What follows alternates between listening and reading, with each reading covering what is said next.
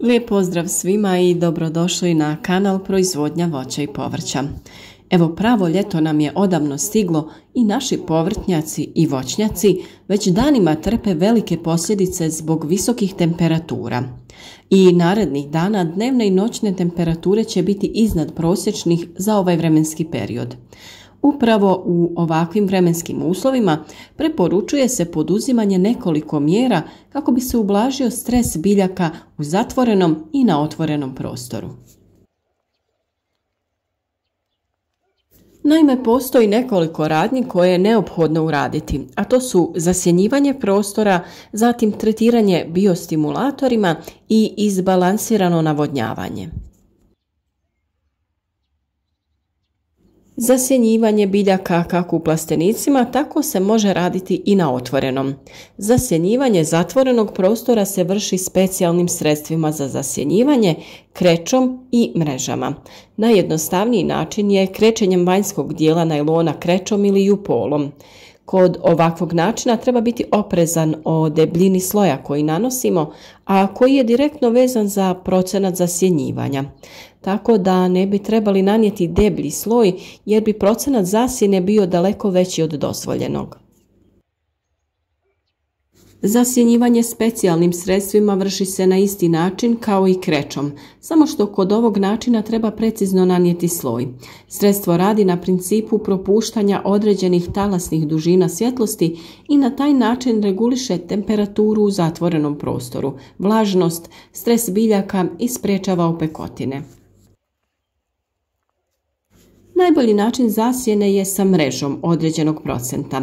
Što se tiče uzgoja biljaka u zatvorenom prostoru, procenat zasjene trebao bi da se kreće od 30 do 35%. Ovaj procenat odgovara većini gajnih kultura. Ujedno je jedan od lakših načina jer se mreža lako postavlja i može se skinuti ako imamo period s manjkom sunčevog svjetla, dok je to kod prethodna dva načina teže uraditi. Isto tako, pravilnom upotrebom i skladištenjem mreže za zasjenjivanje mogu trajati niz godina. Na isti način možete zaštititi i biljke na otvorenom. Po potrebi se postavi mreža iznad biljaka ili sa strane na kojoj je sunce najjače i na kojem je ono najduži vremenski period. A naravno, o temi zasjenjivanja biljaka imate poseban i detaljan video na našem kanalu, pa ga možete potražiti. Tretiranje biljaka biostimulatorima prvenstveno se odnosi na fertigaciju i tretiranje preko lista. Sistemom fertigacije vrši se prihrana biostimulatorima, humidnim ili aminokiselinama, koji pomažu u rastu i razvoju korijenovog sistema. Njima se stimuliše rast korijena, naročito korijenovih dlačica, tako da apsorpcijska moć korijena postaje mnogo veća, a samim tim i održavanje biljke u životu je daleko bolje, jer korijen usvaja mnogo više vode i naravno hranjivih materija iz zemljišta. Biostimulatorima se može vršiti tretiranje preko lista zbog smanjenja stresa biljaka, a u kombinaciji sa fertigacijom biostimulatorima postiže se maksimalna primjena navedenih sredstava. Još jedna jako bitna mjera jeste izbalansirano navodnjavanje, posebno u periodu kada su dnevne i noćne temperature dosta više u odnosu na prosječne. Tako da norme i intervale navodnjavanja uvijek treba prilagoditi fazi razvoja biljke. Od faze do faze povećavaju se i potrebe biljaka za vodom. Navodnjavanje treba obavljati u ranim jutarnjim satima, pogotovo u zatvorenom prostoru kada je temperatura do 20 stepeni. Trebalo bi ga završiti par sati prije početka rasta temperatura, odnosno prije izlaska sunca, iz razloga da relativna vlažnost vazduha u plasteniku što duže ostane u granicama normale. Navodnjavanje nikako ne bi trebalo raditi u popodnevnim satima, jer je temperatura u plasteniku i temperatura samog zemljišta visoka i mogli bi u tom slučaju da skuhamo korijen.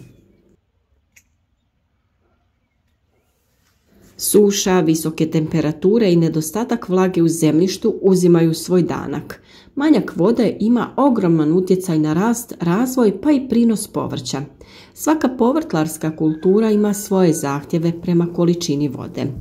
Negativne posljedice suše su zakržljale biljke, slabu imunitet, opadanje cvjetova i plodova, naglo sazrijevanje plodova koji nisu dostigli svoj puni razvoj, slab kvalitet plodova koji će biti podložni brzom propadanju. Postoje razne metode navodnjavanja koje se primjenjuju, na primjer zalijevanje brazdom, sistem kap po kap, upotreba prskalica ili u malim baštama jednostavno zalijevanje. Navodnjavanje brazdama spada u najstarije metode borbe protiv suše. Plavi se prostor između zemljišnih uzvišenja. Ova metoda se i danas primjenjuje kod uzgoja paprike, paradajza, mahuna i drugih biljaka. Mana joj je potrošnja velike količine vode i širenje biljnih bolesti. Sa druge strane, sistem kap po kap štedi vodu, a osim funkcije navodnjavanja ima i mogućnost primjene đubriva koja su rastvorljiva u vodi. Primjena prskalica je također dosta efikasna, ali ima i dosta mana. Od kapi na površini listova mogu nastati ožegotine, a suvišna vlaga na površini biljaka je okidač za pojavu biljnih bolesti na listovima pa i plodovima. Količina vode i učestalost zalijevanja zavise od vrste povrća, faze u kojoj se nalaze, sadržaja vlage u zemljištu i njihovog kvaliteta pa i drugih faktora. Najviše su pogođene mlade biljke koje nemaju razvijen korijenov sistem i one koje formiraju plitak korijen. Porozna i pjeskovita zemljišta brzo gube vodu i javlja se potreba za čestim zalijevanjem. Glinovita i ilovasta tla uslijed nedostatka vlage se stežu i pucaju. Tako vreli vazduh dospijeva duboko u zemljište, što sa druge strane izaziva još intenzivnije isušivanje i oštećenje korijena. Od izuzetne važnosti jeste vrijeme zalijevanja. Treba izbjegavati najtoplije dijelove dana i zalijevanje obavljati jako rano ujutro ili kasno uveče kada sunce zalazi. Voda za zalijevanje ne smije biti vrela i pregrijana. Ako stoji cijeli dan na suncu, prije zalijevanja ju razblažite sa hladnom vodom. Također ne treba biti ni previše hladna direktno iz bunara. Suviše topla voda će dodatno skuhati biljke, to je njihov korijen, a od hladne vode mogu doživjeti temperaturni stres i odbaciti cvjetove i plodove, te uvenuti. Usjev je potrebno zaštititi od vrelog vjetra koji je također ključan u dehidraciji. Svaka vrsta ima svoje kritične faze kada je osjetljiva na nedostatak vode. Zajedničko je da su sve mlade biljke osjetljive. Paradajz, paprika, krastavci, tikvice, mahune su najosjetljiviji u vrijeme cvjetanja i formiranja plodova. Korijenaste vrste imaju umjeren zahtjev za vlagom u zemljištu, a zahtjevi se povećavaju kad korijenje počinje da uvećava svoju masu. Paradajz je kultura koja treba velike količine vode, a najbolje ga je zalijevati rano ujutro. U ekstremnim uslovima suše zalijevanje se može dopuniti i zalijevanjem tokom večeri. U plasteniku se prije zalijevanja preporučuje prozračivanje, jer pri visokoj temperaturi i vlažnosti dolazi do sljepljivanja polena i slabog oprašivanja. Veoma je važno i da voda ne smije biti hladna, a njezina optimalna temperatura se kreće od 18 do 20 stepeni. Količina neophodne vlage u zemljištu varira i zavisi od razvojne faze u kojoj se biljka nalazi. Tako najviše vode paradajz treba u fazi rasta plodova. Paprika ima plitak korijen i za nju je optimalno da uvijek ima vlage na dubini do 15 cm. Temperatura vode je nešto viša nego kada je paradajz u pitanju i kreće se oko 25 stepeni.